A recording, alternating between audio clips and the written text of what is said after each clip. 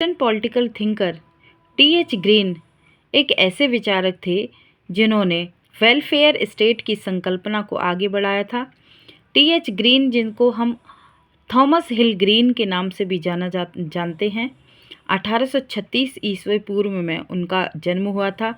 ये एक अंग्रेज दार्शनिक थे और समाज सुधारक भी थे। ग्रीन का मुख्य योगदान यह था कि इन्होंने जॉन लॉक के द्वारा नेचुरल राइट्स का सिद्धांत जो दिया गया था, उनके सिद्धांत को, और जेरेमी बेंथम थे जो उपयोगितावादी थे, उनका खंडन करते हुए नैतिक आधार पर उदारवाद का पुनर्निर्माण कराया और इस तरह कल्याणकारी राज्य की संकल्पना को आगे बढ़ाया। उसने उदारवाद को आदर्शवाद की मान्यताओं के साथ जोड़कर नए रूप में प्रस्तुत किया।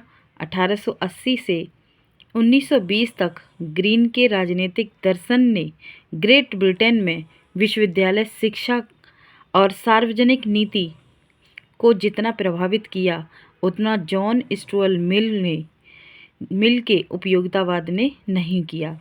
तो कहने का मतलब ये है कि जो western political thinker TH. Green थे, इनका सबसे ज़्यादा जो प्रभाव पड़ा है वो कल्याणकारी राज्य पर पड़ा है। वो उदारवादी और आदर्शवादी विचारधाराओं के को मान्यता ज़्यादा देते थे। जॉन लॉक के द्वारा नेचुरल राइट्स की संकल्पना को दिया गया था। नेचुरल राइट्स क्या होते हैं? तो नेचुरल राइट्स ऐसे अधिकार जो स्वयं प्रकृति की देन माने जाते हैं, अर्थात ये अधिकार राज्य, कानून या किसी अन्य संस्थाओं की मान्यता पर आश्रित नहीं होते। मनुष्य अपनी तर्क बुद्धि का प्रयोग करके इन अधिकारों को पता लगा सकता है। अंग्रेज दार्शनिक जॉन लॉक, जो इनका कार्यकाल रहा था, इनका जो समय रहा था 1632 से 1704 रहा था, इन्होंने जीवन, लाइफ, स्वतंत्रता, लिबर्टी और संपत्ति यानी प्रॉपर्टी, जो तीन सबसे ज़्यादा जो चीज़ इन्होंने दी थी वो है नेचुरल राइट्स में ही ये जीवन, स्वतंत्रता, संपत्ति के अधिकार आते हैं। तो इन्होंने प्राकृतिक अधिकारों की संकल्पना को दिया था। उपयोगितावाद क्या था? तो उपयोगितावाद नैतिकता, राजनीतिक और विधि निर्माण का यह सिद्धांत, जिसके अंतर्गत किसी कृत्य, नियम, नीति या निर्णय को इस आधार पर उचित या अनुचित मानते हैं कि वह प्रभावित व्यक्तियों के सुख या आनंद को कितना बढ़ाता है या कम करता है। यह सिद्धांत ऐसी सार्वजनिक नीति का समर्थन करता है जिसका ध्येय अधिकतम लोगों का अधिकतम सुख यानी greatest happiness of the greatest number को बढ़ावा देता है। जेरेमी बेंथम, इनका जो कार्यकाल रहा था 1748 से 1832, और जॉन स्टुअर्ट मिल, जिनको जे.एस. मिल के नाम से भी जाना जाता है, इनका समयकाल रहा था 1806 से 1873। इस सिद्धांत के मुख्य प्रवर्तक माने जाते हैं। ये दोनों ही अंग्रेज दार्शनिक थे।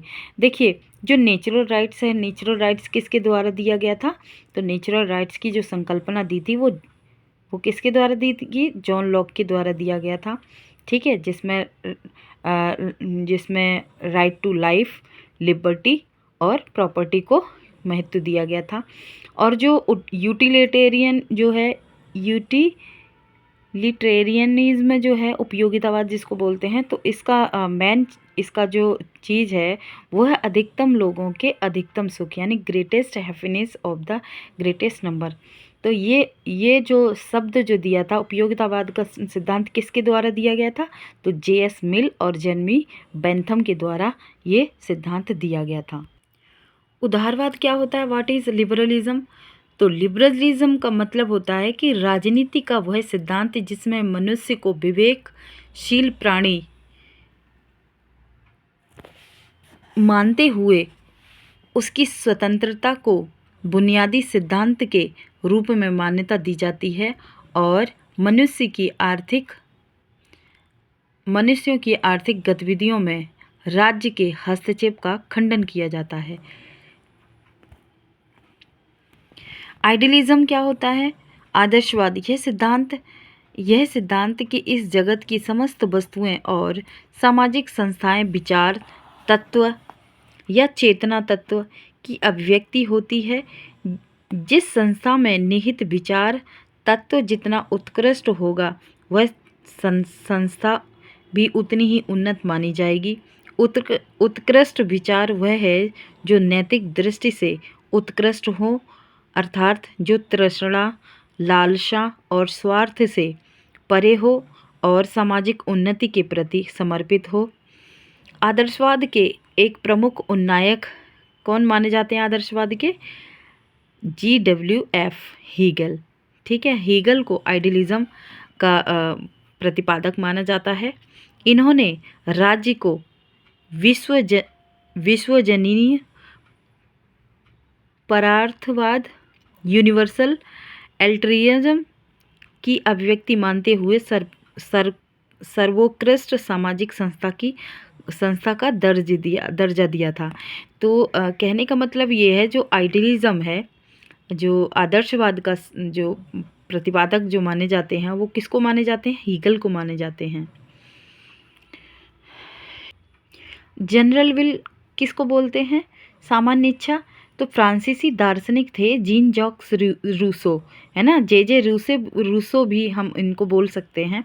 तो इनका समय काल जो था 1712 से 1778 था। के अनुसार किसी समुदाय के सदस्यों की वह इच्छा जो उनके अपने परम हित, अल्टीमेट गुड्स और सबके सामान्य हित यानी कॉमन गुड्स की भावना से प्रेरित होती है। यह इच्छा भिन्न भिन्न व्यक्तियों की उन भिन्न भिन्न इच्छाओं से भिन्न है। उसके तात्कालिक स्वार्थ, लोभ या मोह से जन्म लेती है और उन्हें नैतिक पतन की ओर धकेल सकती है। उनकी सामान्य इच्छा ही उन्हें सर्वहित या सामान्य हित की सिद्धि की ओर प्रेरित करती है। तो ये जो छोटी छोटी चीज़ें हैं, जैसे लिबरलिज़म हो गया, आइडियलिज़म हो गया, यूटिलिटेरियन हो गया, है ना, नेचुरल राइट्स हो गए, तो ये छोटे छोटे चीज़ें हैं लेकिन बहुत ही इम्पोर्टेंट है। ये हमेशा एग्ज़ाम में पूछी ही जाती हैं कि ये इसके प्रतिपादक कौन हैं और आइडियलिज़म किसके द्वारा दिया गया और लिबरलिज़म, है ना, इस तरह से नेचुरल राइट्स में कौन कौन सी चीज़ है, नेचुरल राइट्स क्या होते हैं, ये सारी चीज़ें बहुत इम्पोर्टेंट होती हैं।